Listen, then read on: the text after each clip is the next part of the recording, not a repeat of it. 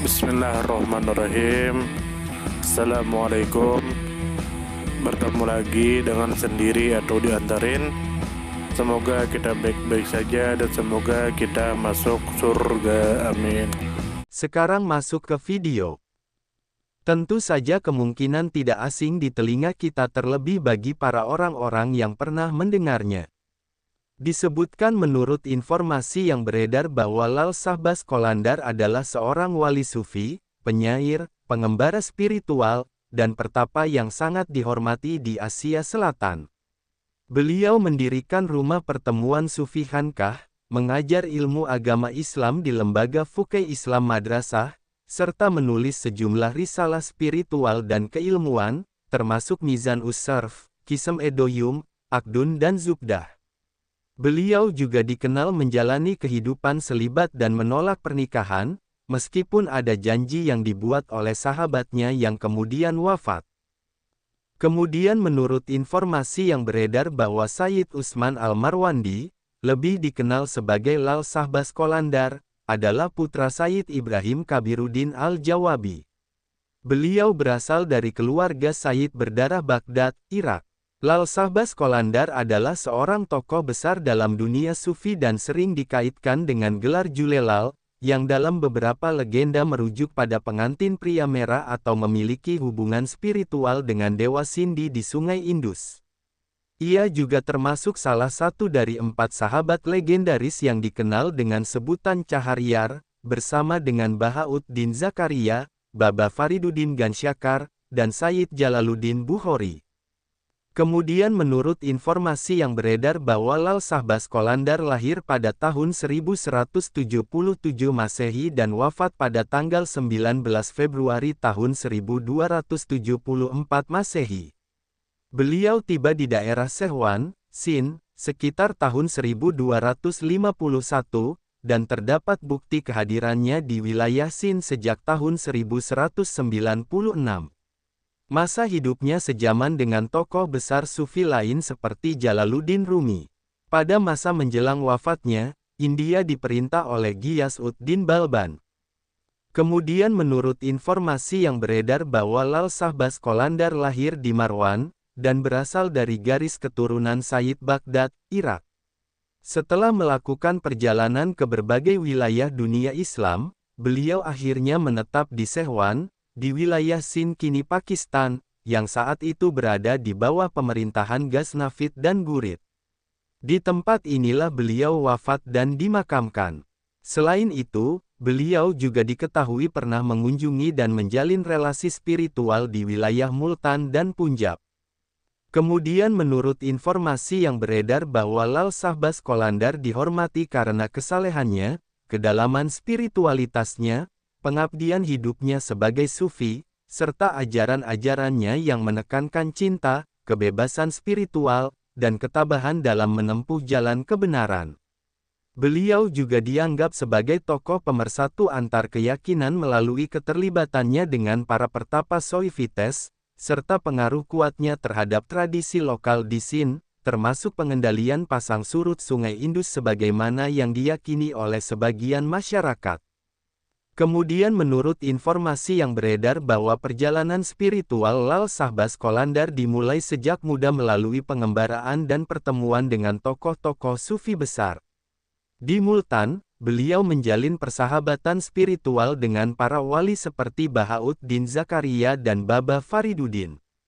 Di Sehwan, beliau mendirikan pusat ajaran sufi, menyebarkan pengetahuan Islam, dan berbaur dengan tradisi pertapaan lokal seperti aliran Soifite.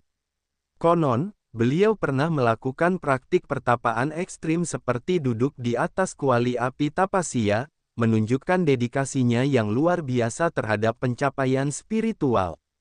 Hingga kini, warisan spiritual beliau tetap hidup dalam bentuk pujian dan lagu sufi populer. Salah satunya adalah Mankabat abad ke-19 Dhamma Dhammas Qalandar yang didedikasikan untuknya dan masih dinyanyikan di seluruh anak benua India. Sayyid Utsman Al-Marwandi yang lebih dikenal dengan nama Sufi Lal Sahbaz Qalandar merupakan tokoh suci sufi besar yang sangat dihormati di seluruh wilayah Asia Selatan. Lahir pada tahun 1177 Masehi dan wafat pada tanggal 19 Februari tahun 1274 Masehi, beliau berasal dari keluarga Sayyid keturunan Baghdad, Irak, dan merupakan putra dari Sayyid Ibrahim Kabiruddin Al-Jawabi.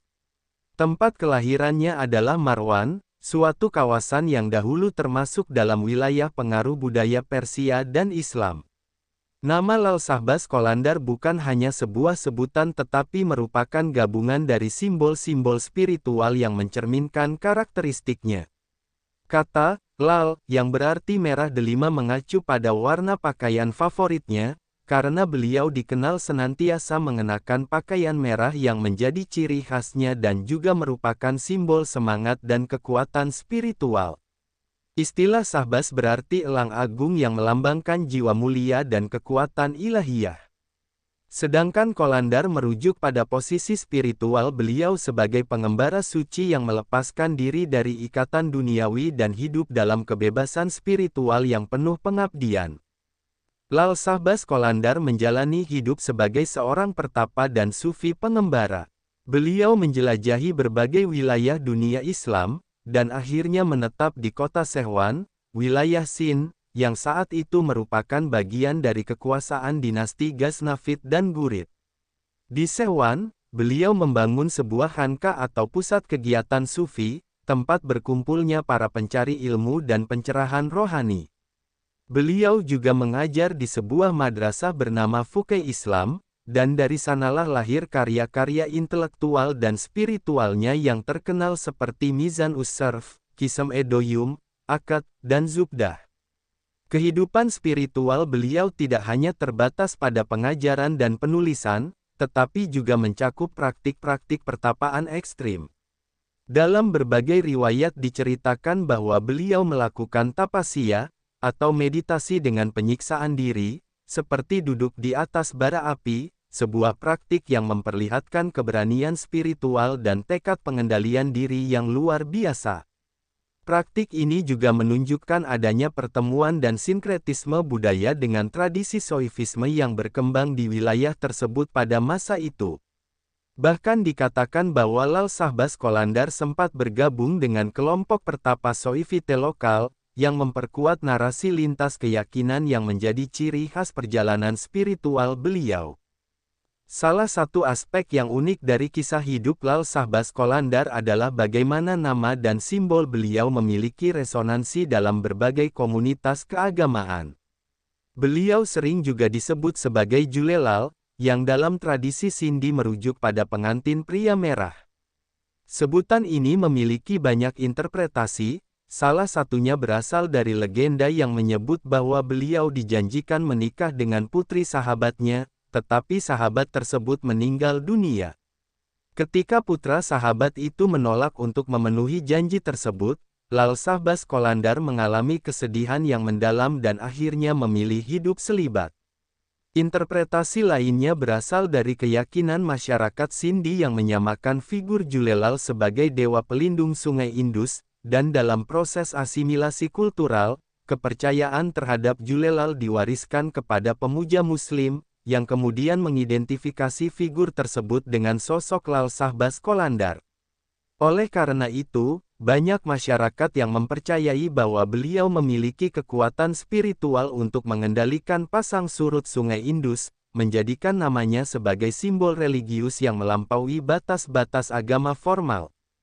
Selama masa hidupnya, Lal Shahbaz Qalandar dikenal sebagai salah satu dari 4 sahabat spiritual besar yang disebut Caharyar, yang berarti 4 sahabat dalam bahasa Persia.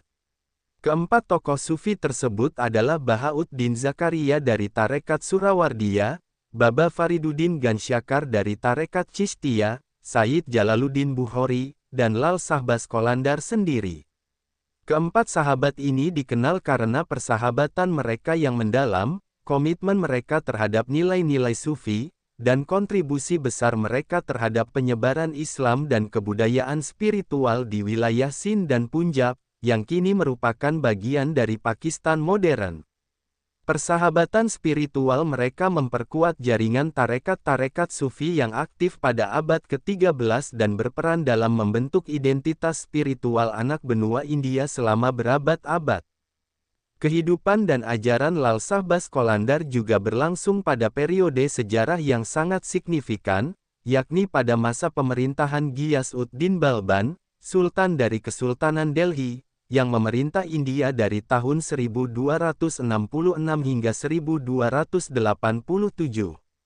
Masa ini ditandai oleh kemajuan politik, militer, dan budaya yang cukup kuat, serta berkembangnya pengaruh ajaran Sufi sebagai respons terhadap ketegangan sosial dan kekuasaan politik yang cenderung otoriter. Dalam konteks ini, ajaran Lal Shahbaz Qalandar memberikan alternatif yang menenangkan dan menyejukkan melalui pendekatan spiritual yang inklusif, penuh cinta kasih, dan pengabdian kepada Tuhan. Warisan beliau tetap hidup hingga saat ini, salah satunya melalui puisi dan nyanyian sufi yang dikenal sebagai mankabat. Karya paling terkenal yang dipersembahkan untuk beliau adalah Dama Dammas Qalandar, sebuah lagu pujian sufi yang muncul pada abad ke-19 dan hingga kini sangat populer di Pakistan, India, dan diaspora Asia Selatan. Lagu tersebut sering dinyanyikan di berbagai acara religius, festival, dan pertemuan spiritual sebagai bentuk penghormatan terhadap beliau. Selain itu, makam beliau di Sehwan menjadi salah satu pusat ziarah paling penting di Asia Selatan, dikunjungi oleh jutaan peziarah setiap tahun, baik muslim maupun non-muslim, yang datang untuk mencari berkah, kesembuhan, dan inspirasi spiritual.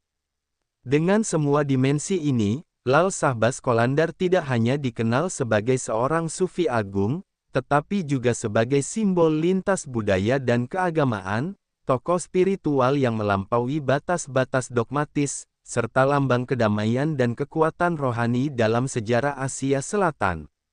Nama beliau terus dikenang sebagai inspirasi dari kesetiaan terhadap kebenaran, pengorbanan diri, dan cinta universal yang tanpa syarat. Sumber referensi Google Chrome dan ChatGPT.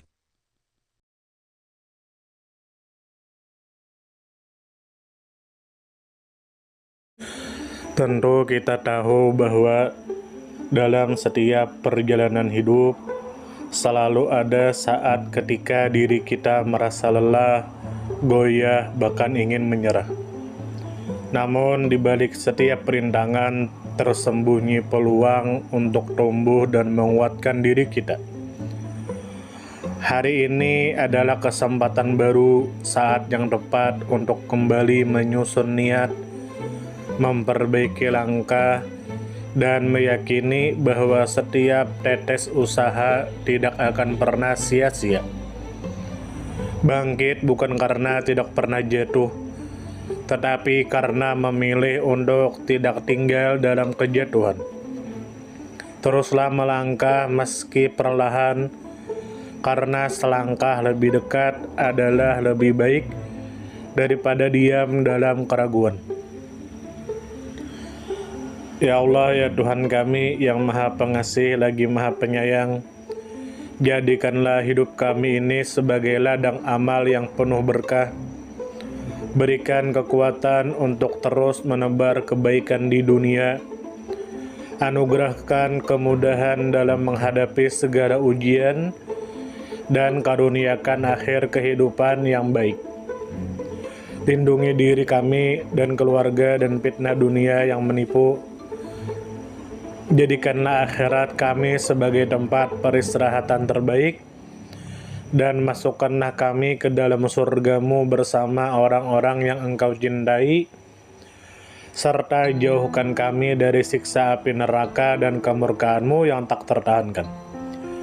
Kepada setiap orang yang pernah hadir dalam perjalanan ini, terima kasih atas waktu, kebaikan, dukungan, bahkan teguran.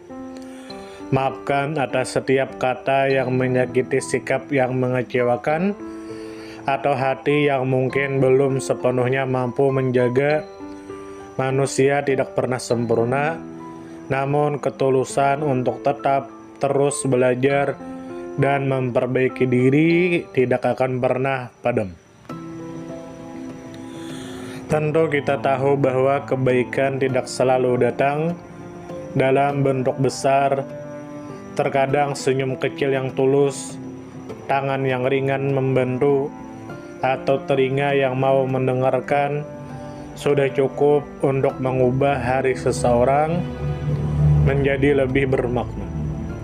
Jangan pernah kita menyepelekan kebaikan sekecil apapun, karena bisa jadi satu perbuatan kecil bisa menjadi rahmat Allah turun. Tentu kita tahu menjadi pribadi yang baik bukan berarti tanpa celah, namun menjadi pribadi yang senantiasa sadar dan ingin terus memperbaiki diri. Kebaikan itu menular, dan siapapun yang menanamkan kebaikan akan menuai kebahagiaan meski tak selalu terlihat oleh mata. Dunia membutuhkan lebih banyak hati yang lembut, tangan yang menguatkan, dan jiwa yang peduli. Semoga usaha yang dilakukan bernilai ibadah. Semoga hidup kita menjadi pemberat amal baik, dan semoga kelak ketika dunia telah kita tinggalkan, nama yang tertinggal bukan hanya sekedar dikenang, tetapi menjadi doa yang terus mengalir karena kebaikan yang tidak pernah berhenti untuk ditanam. Terima kasih banyak. Mohon maaf jika ada salah.